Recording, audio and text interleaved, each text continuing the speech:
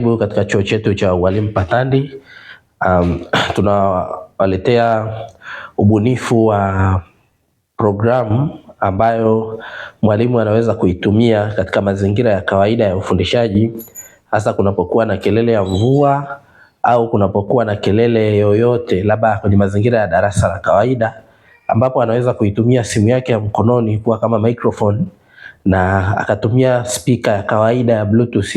Kwa hiyo katika application yetu hii mwalimu anaweza kutumia redio ya kawaida au ile speaker ya kawaida ya Bluetooth na akatumia microphone ya simu yake kuwa kama mic. Kwa hiyo akaweza kufundisha darasani katika darasa ambalo kuna mazingira ya either ni wingi au sauti yake hayufiki kwa uzuri katika ufundishaji. Kwa hiyo katika programu yetu hii anaweza. Tumekuja na programu yetu ya pili na programu yetu hii inatatua changamoto ya watu wasioona wakiwa wana shida ya namna ya kujua fedha za noti, wanawezaje kuzitambua kwamba hii ni shilingi ngapi, hii ni shilingi ngapi. Na mara nyingi pesa inapokuwa imeshikwa sana inakuwa hazina zile alama ambazo ni rahisi kwa mtu asiyeona kuzitambua. Kwa hiyo tumekuja na programu ambayo inaweza kutatua changamoto hii kwa watu wenye ulemavu wa macho. Kwa hiyo tumeleta programu yetu ambayo hii programu ina uwezo wa kutambua fedha kwa mtu asiyeona. Kwa hiyo hapa tunafungua programu yetu na ina access camera hapa, fedha yetu hapa chini ya screen.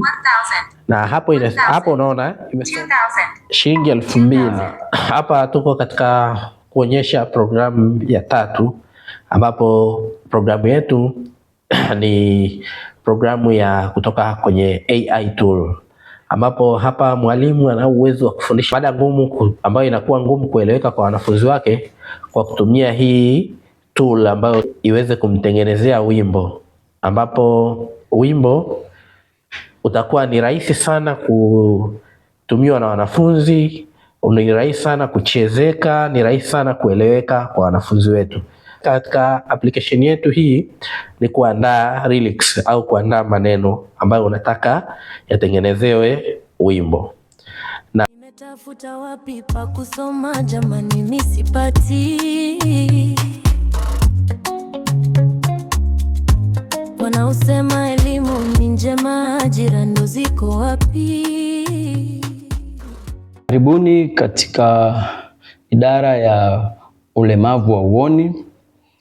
Nataka kuelezea kipengele kinachohusu mabadiliko ya sayansi na teknolojia au matumizi ya vifaa saidizi zenye kutoka kwenye analogi kwenda kwenye dijitali.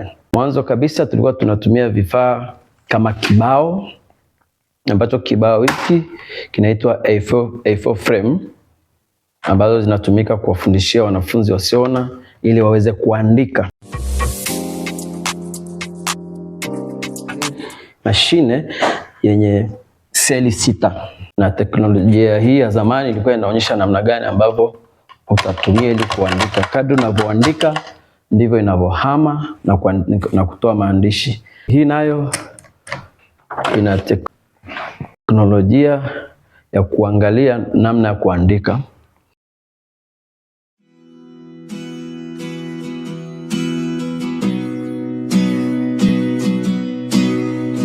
Kulebo vitu tofauti tofauti. Kwa mfano unahitaji kuweka stika ya kueleza jambo fulani na jambo fulani, yale maandishi madogo madogo milangoni, ofisini. Inatoa maandishi ambayo yanakuonyesha Kingsbury machine na sasa hivi, ambayo nayo inatumika katika maandishi ambayo wengi nafikiri mmeizoea, inapotumika kuandikia maandishi tofauti tofauti.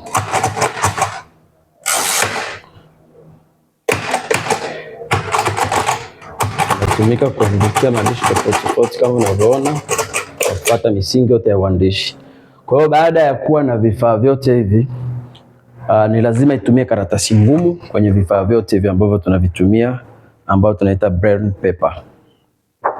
Lakini baada ya hapo tukawa na vifaa vya kiteknolojia. Sasa hapa tumepata maelezo ya braille ya analogia au braille ya zamani. Na sasa karibu katika braille ya kidigitali. Katika braille ya kisasa tunayo kifaa hichi kinajulikana kama Orbit Reader 20. Sasa tukizungumzia braille ya kisasa, huu braille ya kawaida ina seli 6, lakini kwenye braille ya kidigitali tuna doti 8, sio 6 tena.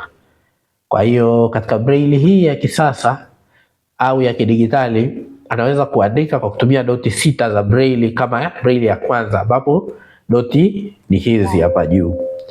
Lakini kwa braille ya kidigitali tunaongezewa doti ya 7 na doti ya 8 ambazo ziko huku chini.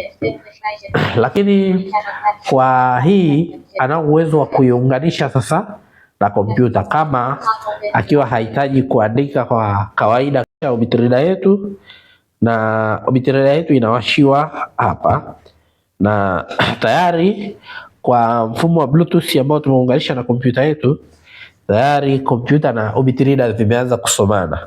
Na hapa kwenye kompyuta yetu tumefungua Microsoft Word au eneo la jedwali ya dishi la maandishi, na tunaona hapa ni blank page. Na katika Orbit Reader yetu tuna uwezo wa kuandika kwa kutumia Perkins, mfumo ule wa kawaida wa Perkins.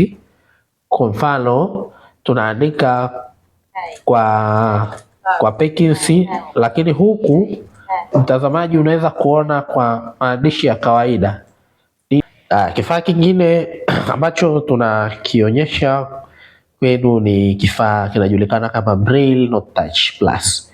Hichi ni kifaa ambacho kimeboreshwa kuliko kile cha awali cha Orbit Reader, na hichi kifaa hauhitaji kuunganisha na kompyuta, chenyewe tu ni kompyuta lakini iliyopo kwenye mfumo wa Android kama simu.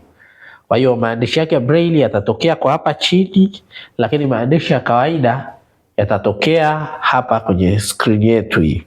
Kwa hiyo una uwezo wa kuitumia kama smartphone kwa kutachi, au una uwezo wa kuitumia kawaida kwa kutumia hizi button zake. Na hii Orbit Reader 20 unaweza kuiunganisha na internet ukapakua labda kama ni vitabu. Hii inaitwa Braille Not Touch. Unaweza kuiunganisha na internet ukapakua vitabu. Una uwezo wa kuchomeka flash ukasikiliza muziki, au ukachukua material ukahamishia kwenye storage yake ya ndani, au ukachomeka HDMI hapa ukaproject. Kwa mfano mwalimu asiyeona anaweza kufundishia hichi kifaa na kuproject ubaoni, wanafunzi wa kawaida wanaoona wakaona yale maandishi ambayo ameandaa kwa mfumo wa Braille.